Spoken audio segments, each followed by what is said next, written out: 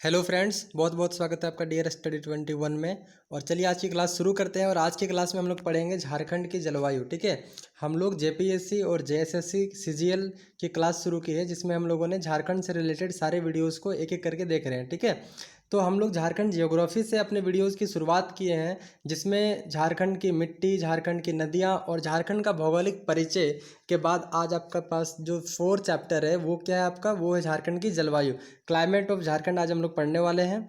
तो ये चैप्टर्स बहुत ही इंपॉर्टेंट होने वाला है आज के लिए, क्योंकि इससे आपका जेपीएससी और जेएसएससी दोनों ही एग्ज़ाम्स में बहुत अच्छे खासे क्वेश्चन पूछे जाते हैं। तो चलिए बात करते हैं पहले कि कहाँ कहाँ पर इससे कितने क्वेश्चंस पूछे जाते हैं। तो अगर हम लोग बात करेंगे जेपीएससी का, तो जेपीएससी में जो प्रारंभिक परीक्षा और मुख्य परीक्षा दोनों ही परीक्षाओं में झारखंड से रिलेटेड क्वेश्चन पूछे जाते हैं। जहाँ जेपीएससी की प्रारंभिक परीक्षा में जो पेपर होता है, 2 पेपर, उसमें पहला पेपर पे आपको 100 क्वेश्चन में 10 क्वेश्चन झारखंड से रिलेटेड रहते हैं। और वहीं दूसरा पेपर में पूरा का पूरा एक पेपर 100 क्वेश्चंस का यानी 200 मार्क्स का झारखंड से रिलेटेड रहता है।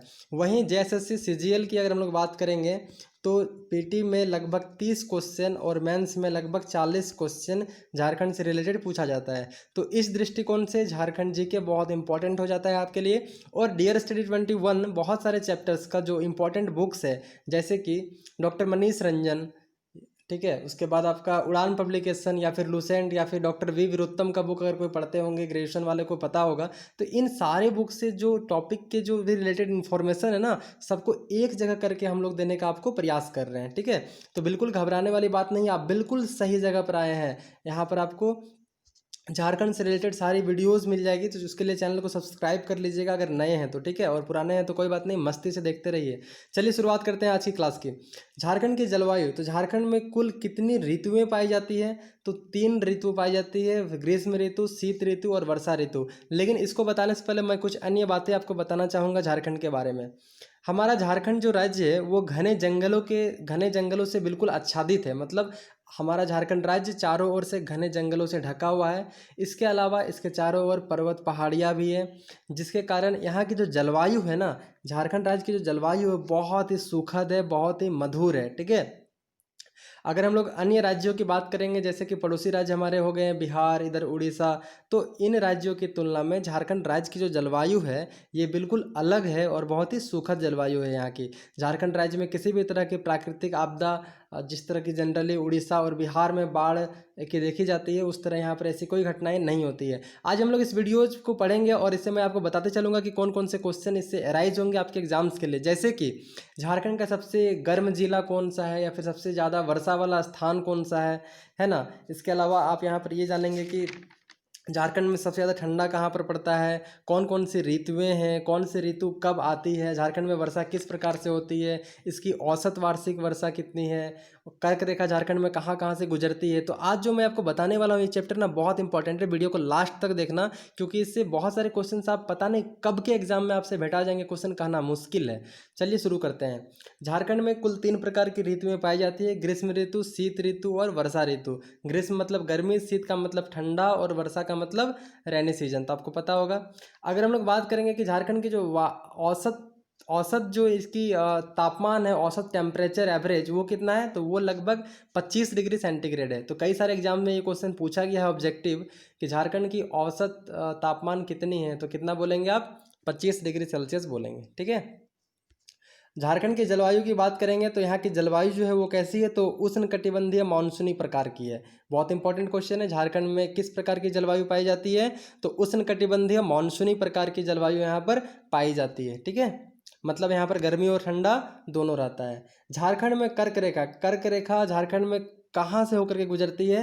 तो आंसर क्या होगा? कर्क रेखा झारखंड के मध्य से होकर के गुजरती है। और अगर आपको ऑब्जेक्टिव क्वेश्चन पूछा जाता है कि किन किन स्थान को टच करती है, या फिर आपको 4 ऑप्शन देके बोलेंगे कि निम्नलिखित में से कौन से स्थान से कर्क रेखा नहीं गुजरती है, तो ऐसे क्वेश्चंस को बनाने के लिए इस क्वेश्चन को ध्यान से देखिए। झारखंड में जो कर्क रेखा है ना, वो आपका नेतरहाट, गोला, किस्को और मांझी, मुरुलसुदी, गोपालपुर, पोखन्ना, गोसाइडी, झालबर्दा, पालकुदरी, कांके और इसके अलावा और भी ऐसे क्षेत्र, लेकिन ये सारे इंपॉर्टेंट क्षेत्र यहाँ से होकर के कर्क रेखा गुजरती है। अगर जिले की बात करेंगे कौन कौन से जिले को टच करती है, तो आपका लातेहार, लोहरदगा, गुमला, रांची और रामगढ़, इन सारे जिलों को कर्क रेखा झारखंड में टच करते हुए गुजरती है। ठीक है, तो हम लोग बात करते हैं झारखंड में सबसे अगर गर्म क्षेत्रफल, सबसे ज़्यादा गर्मी वाला क्षेत्र कौन सा है, तो वो आपका जमशेदपुर होगा।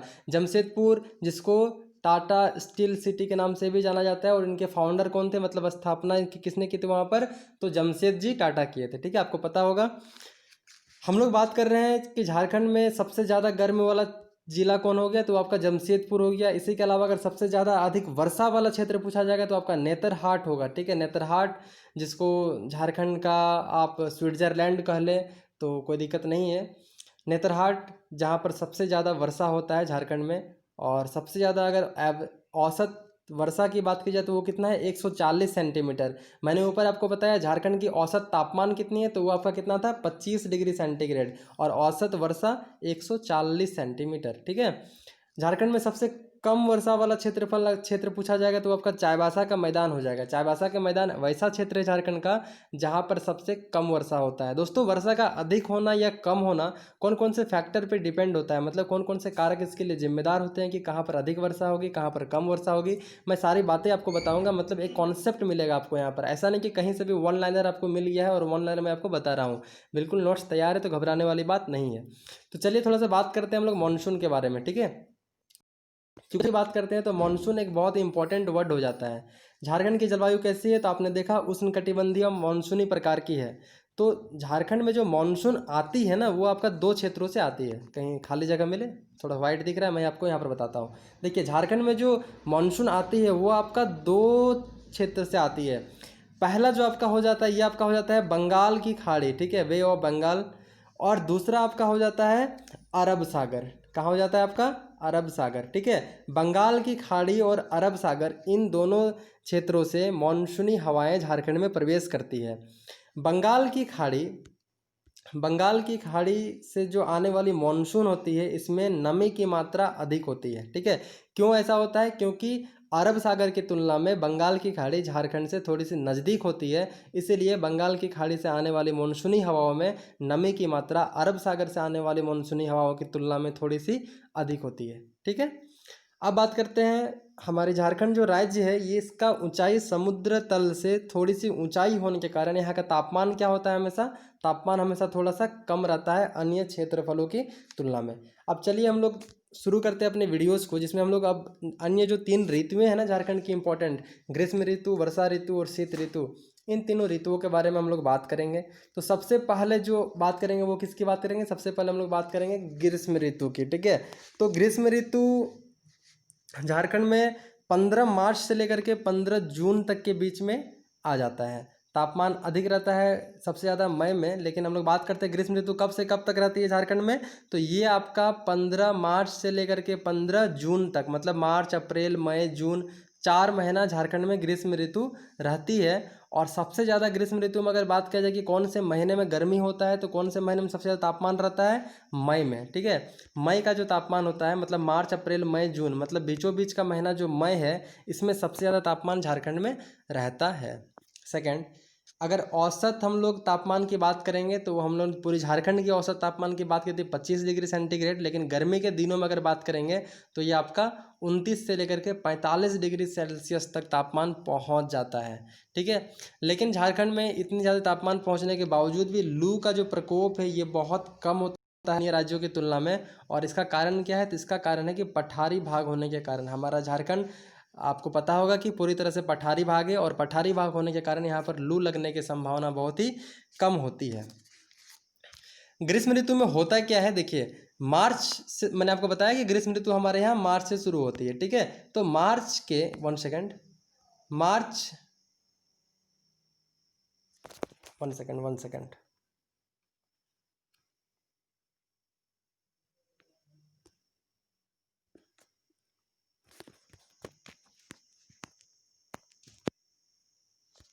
यस, देखिए थोड़ा सा मैं मिस्टेक, ग्रीष्म ऋतु में होता क्या है कि मार्च के महीने में सूर्य जो है वो धीरे धीरे नॉर्थ की ओर जाने लगता है, मतलब उत्तर की ओर जाने लगता है, और दिन क्या होता है, दिन थोड़ा सा लंबा होने लगता है धीरे धीरे, ठीक है।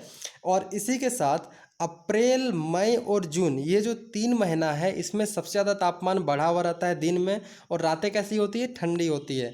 अगर हम लोग बात करेंगे कि टेम्परेचर का, तो टेम्परेचर देखा आपने कि 29 से लेकर के 45 डिग्री सेंटीग्रेड तक पहुंच जाता है। हजारीबाग में तापमान जो है, हजारीबाग में तापमान आपका लगभग 42 डिग्री सेंटीग्रेड से भी अधिक तक पहुंच जाता है। मैं आपको ये बताऊंगा कि झारखंड का सबसे जो ठंडा वाला क्षेत्र है वो कौन सा है, जिसमें आपका नाम यही आएगा, ठीक है। अगर हम लोग बात करते हैं ग्रीष्म ऋतु में रांची की क्या हालत होती है, क्योंकि अन्य क्षेत्रों की तुलना में रांची की बात करना थोड़ा सा इंपॉर्टेंट हो जाता है, क्योंकि ये हमारी राजधानी है। तो आपको बहुत ही मतलब अच्छा लगेगा ये जान करके कि रांची को बिहार राज्य की ग्रीष्मकालीन राजधानी कहा जाता था। मतलब ग्रीष्मकालीन राजधानी ऑफ बिहार किसको, रांची को कहा जाता था। कि रांची का जो तापमान है ना, ये आपका पाट क्षेत्र को अगर हम लोग छोड़ दें, पाट क्षेत्र को छोड़ दिया जाए, तो रांची का तापमान अन्य जिलों से क्या होता है, कम होता है। और कभी भी पाट क्षेत्र का तापमान 35 डिग्री सेंटीग्रेड से अधिक नहीं होता है। पाट क्षेत्र का तापमान 35 डिग्री सेल्सियस से अधिक नहीं होता है। और यही कारण है कि रांची को जो है बिहार की ग्रीष्मकालीन राजधानी कहा जाता था। सबसे अधिक गर्मी की अगर हम लोग बात करेंगे वो कहाँ पड़ता है, तो सबसे अधिक गर्मी आपका पलामू, गढ़वा, लातेहार, चतरा, गिरिडीह और देवघर, ये ऐसे क्षेत्र है जहाँ पर सबसे ज़्यादा तापमान बढ़ी रहती है। अगर ग्रीष्म ऋतु में तापमान की अगर आप बात करेंगे, जमशेदपुर में 45 डिग्री सेंटीग्रेड तक, धनबाद में 44.6, मेदिनीनगर में 44.5, रांची में 41, हजारीबाग में 38 के आसपास में तापमान दर्ज की गई है, ठीक है। ग्रीष्म ऋतु में वायु में जो है आर्द्रता की कमी होती है, ये आपको पता ही होगा, ये तो साइंस है। अब हम लोग बात करते हैं दूसरे ऋतु की। ग्रीष्म ऋतु से संबंधित सारी क्वेश्चंस आपकी उम्मीद है क्लियर हो गया होगा। जैसे कि झारखंड में सबसे ज़्यादा गर्मी कहाँ पर पड़ती है, झारखंड की औसत जो गर्मी होती है वो कितना होती है, गर्मी का आगमन कब से कब तक होता है, तो ये सारे क्वेश्चन इंपॉर्टेंट हो जाते हैं। अब हम लोग बात करेंगे वर्षा ऋतु के बारे में, और वर्षा ऋतु के बारे में भी सेम टाइप के क्वेश्चन इंपॉर्टेंट रहेंगे, तो आप ध्यान दीजिएगा। चलिए, तो वर्षा ऋतु जो है आपका झारखंड में, ये जून से लेकर के अक्टूबर तक रहता है। कब से कब तक, जून में आगमन हो जाता है हमारे यहाँ मानसून का, लगभग 15 जून तक मानसून का आगमन हो जाता है झारखंड में, और अक्टूबर तक जो है यहाँ पर वर्षा ऋतु कायम रहती है। बिहार और उत्तर प्रदेश की अपेक्षा, मतलब बिहार और यूपी की अगर तुलना करेंगे झारखंड की वर्षा ऋतु से, तो इन दोनों राज्यों की तुलना में झारखंड में जो बारिश होती है ना, ये थोड़ी सी अधिक होती है। झारखंड में अधिक होने का रीज़न है कि झारखंड जो है जंगलों का क्षेत्र है। झारखंड मतलब जंगल और झाड़ी वाला प्रदेश झारखंड का शाब्दिक अर्थ होता है। तो आप इसी बात से इसका अंदाज़ा लगा सकते हैं, और आपको मालूम होगा कि पेड़ और पौधों की संख्या, मतलब जंगल जितने अधिक होगी, बारिश उस क्षेत्र में उतना ही अधिक होगा, क्योंकि ये डायरेक्टली डिपेंडेंट है, ठीक है। सबसे अधिक वर्षा कहाँ पर होती है, सबसे अधिक वर्षा दक्षिण पश्चिम में होता है। दक्षिण पश्चिम में, आपको दक्षिण पश्चिम का मतलब पता है। देखिए, अगर मान लीजिए कि अपना झारखंड में मैप नेक्स्ट वीडियो से आपको प्रोवाइड करवाऊंगा, तो इधर हम लोग का पूरब होता है, इधर हम लोग का पश्चिम होता है, ठीक है, ईस्ट वेस्ट। ऊपर में आपका नॉर्थ होता है और नीचे आपका दक्षिण होता है। तो दक्षिण पश्चिम बोला है ना, तो ये देखिए, ये आपका पश्चिम है और ये आपका दक्षिण है।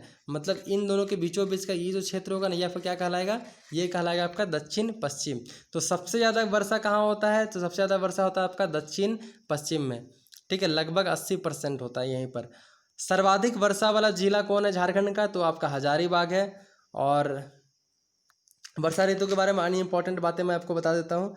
तो झारखंड में जो औसत वर्षा होती है, ये आपका 1200 mm होता है। कितना होता है, 1200 mm। और किसी भी क्षेत्र में वर्षा को जो प्रभावित करने वाले कारक है, मतलब कहीं पर वर्षा कम होता है, कहीं पर वर्षा अधिक होता है, उसका रीज़न क्या रीज़न होता है, जंगलों की स्थिति। जंगलों की स्थिति और बंगाल की खाड़ी से उसकी दूरी, ये दो ऐसे कारक है जो किसी भी क्षेत्र में वर्षा को अफेक्ट कर सकते हैं। इसके अलावा अगर हम लोग बात करेंगे कि पाट क्षेत्र की ऊंचाई, तो पाट क्षेत्र की ऊंचाई अधिक होने के कारण वहां पर अधिक वर्षा होती है। पाट क्षेत्र में लगभग 1500 mm तक का बारिश होता है। इसका कारण क्या है, इसका कारण है कि पाट क्षेत्र की ऊंचाई अन्य क्षेत्रों से अधिक है, ठीक है। झारखंड में जो साउथ वेस्ट का पार्ट है, मतलब दक्षिण पश्चिम का भाग, यहाँ पर सबसे ज़्यादा वर्षा होता है क्योंकि सबसे ज़्यादा जंगल दक्षिण पश्चिम में है झारखंड का। इसके अलावा अगर एक सर्वेक्षण की बात की जाए तो एक सर्वेक्षण के अनुसार कोयल नदी घाटी का जो क्षेत्र है यहाँ पर 1200 से लेकर के 1250 तक की वर्षा होती है। वहीं साउथ वेस्ट की अगर हम लोग बात करें तो वहाँ पर आपका 1350 से लेकर के 1450 तक का बारिश होता है, जो आपको पता है कि सर्वाधिक है। झारखंड में जब जून के महीने में वर्षा ऋतु का आरंभ होता है 15 जून में, तब यहाँ पर वर्षा ऋतु शुरू होती है अपनी बहुत सी खतरनाक कड़क के साथ, गर्जन के साथ। लेकिन यहाँ पर जिसको ठनका गिरना कहा जाता है, बिजली गिरना, ऐसी संभावनाएं भी होती है लेकिन थोड़ी सी कम होती है। ठीक है, ऐसा माना जाता है कि ठनका गिरने का कारण, विद्वानों का कहना है कि झारखंड में ठनका गिरना, झारखंड में जो लौह तत्व है जैसे कि इन सब की अधिक उपस्थिति होने के कारण यहाँ पर ज़्यादा ठनका गिरता है। ठीक है, अब हम लोग बात करेंगे अन्य राज्यों की अगर तुलना करेंगे वर्षा ऋतु से, जो हिमाचल प्रदेश हो गया आपका, और ऐसे बहुत सारे राज्य हैं जहाँ पर बादल फटने की घटना बहुत अधिक होती है। वहीं पर झारखंड में बादल फटने जैसी कोई भी घटना नहीं देखी जाती है। इसके अलावा भूस्खलन या बाढ़ जैसी कोई भी घटना, जैसा कि बिहार और आपका उड़ीसा में देखा जाता है, ऐसे किसी भी संभावना झारखंड में बहुत ही कम देखी जाती है। अब हम लोग बात करते हैं शीत ऋतु की। तो शीत ऋतु नवंबर से फरवरी के बीच चलता है झारखंड में, और नवंबर से फरवरी या फिर कहीं कहीं आपको मिलेगा नवंबर से लेकर के 15 मार्च तक का। ठीक है, तो सबसे अधिक ठंडा दिसंबर से लेकर के जनवरी महीने के बीच होता है। अगर हम लोग बात करेंगे दिसंबर से जनवरी के बीच सबसे ज़्यादा ठंड होता है, और ठंड के दिनों में दिन जो है थोड़ा सा गर्म होता है और रातें कैसी होती है, ठंडी होती है।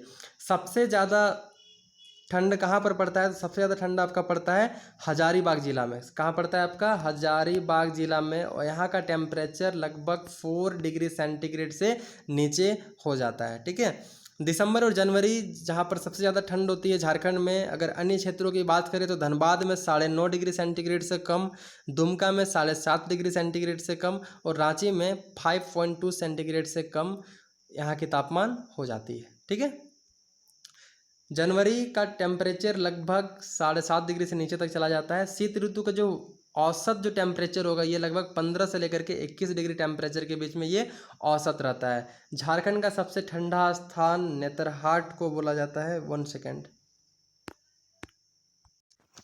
तो मैंने अभी आप लोगों को थोड़ा देर पहले क्या बताया था कि सबसे ज़्यादा ठंडा वाला क्षेत्र कहाँ है, तो आपका हजारीबाग है, जहाँ पर लगभग 4 डिग्री सेंटीग्रेड से नीचे तक तापमान चल जाता है।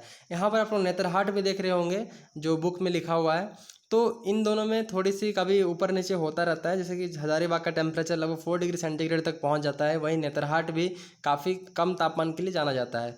तो दोनों को एक बार थोड़ा सा मैं फिर से देखने का प्रयास करूँगा। अगर आप लोग मैं क्लियर कर पाएंगे तो आप लोग हमको मैसेज कीजिएगा। ठीक है, शरद ऋतु के बारे में तो हम लोगों ने बात कर ली। यही चीज़ है, थोड़ा सा मैंने इसको अलग से भी लिखा हुआ था कि जाड़े के मौसम में हमारे यहाँ का तापमान कैसा होता है, बिल्कुल शुद्ध वातावरण होता है, साफ़ और सुहावना मौसम होता है, आसमान एकदम नीला होता है, दिन गर्म और रातें ठंडी होती है। ठीक है, सबसे ज़्यादा अगर ठंड की बात करेंगे तो सबसे ज़्यादा ठंड आपका दिसंबर से लेकर के जनवरी के बीच रहता है। और इन ग्रीष्म ऋतु, वर्षा ऋतु और शीत ऋतु के अलावा झारखंड में एक ऋतु होती है वसंत ऋतु। हम लोग इसको काउंट नहीं करते हैं, लेकिन वसंत ऋतु भी काफ़ी इंपॉर्टेंट है। तो चलिए थोड़ा सा मैं आपको इसके बारे में बता देता हूँ कि झारखंड में वसंत ऋतु जो है मार्च से लेकर के ग्रीष्म तक होती है, और मार्च में इसकी शुरुआत होती है। वसंत ऋतु जो है आपका मार्च में से लेकर के ग्रीष्म ऋतु की शुरुआत तक वसंत ऋतु झारखंड में रहती है। वसंत ऋतु में पहचान क्या है कि मौसम बिल्कुल सुहावना लगेगा। जो बहुत सारे पेड़ है जैसे कि सखुआ, महुआ, नीम, पलास, जामुन, करंज, मुनगा, इन सभी पेड़ों में क्या होते हैं, फूल आने शुरू हो जाते हैं। ठीक है, फूल आने के लिए शुरू हो जाते हैं, पेड़ों पर नई नई पत्तियां आती है, चारों तरफ हरा ही हरा दिखने लगता है। इसके अलावा जो पशु पक्षी होते हैं इनके संतानोत्पत्ति का भी समय माना जाता है वसंत ऋतु को, और ये सभी चहचहाने लगते हैं। मतलब जंगलों में एक अजब सी मधुर मीठी आवाज़ आपको सुनाई पड़ने लगती है। तो समझ जाइएगा कि वसंत ऋतु का आगमन हो चुका है। और इसी खुशी में बहुत सारे ऐसे हमारे झारखंड के त्यौहार हैं, जैसे कि वसंत पंचमी, टूसू पर्व, फगुआ जिसको होली कहा जाता है, सरहुल जो हमारे यहाँ आदिवासियों का मुख्य त्यौहार है। ये सभी त्यौहार और इनके अलावा कई अन्य भी त्यौहार है जो वसंत ऋतु पर यहाँ पर मनाई जाती है। ठीक है, तो आज हम लोगों ने झारखंड के मुख्य रूप से जलवायु के बारे में बात की है, जिसमें हम लोग 3 जलवायु को देखें और एक हम लोगों ने एक्स्ट्रा देखा। ठीक है, तो आज के इस वीडियो से बहुत सारे क्वेश्चंस आपके एग्जाम में इंपॉर्टेंट होंगे। जेपीएससी और जेएसएससी के प्रारंभिक और मुख्य परीक्षा दोनों के दृष्टिकोण से ये वीडियो काफ़ी इंपॉर्टेंट है। अगर मेरा वीडियो आपको अच्छा लगा तो चैनल को सब्सक्राइब करने के लिए नहीं भूलिएगा, दोस्तों को शेयर कीजिए। और इसी तरह से जो स्टैंडर्ड बुक्स है उनसे रिलेटेड नोट्स बना करके मैं आपको इसी तरह से यहाँ पर प्रोवाइड करवाऊँगा। Thank you and welcome you again on dear study 21।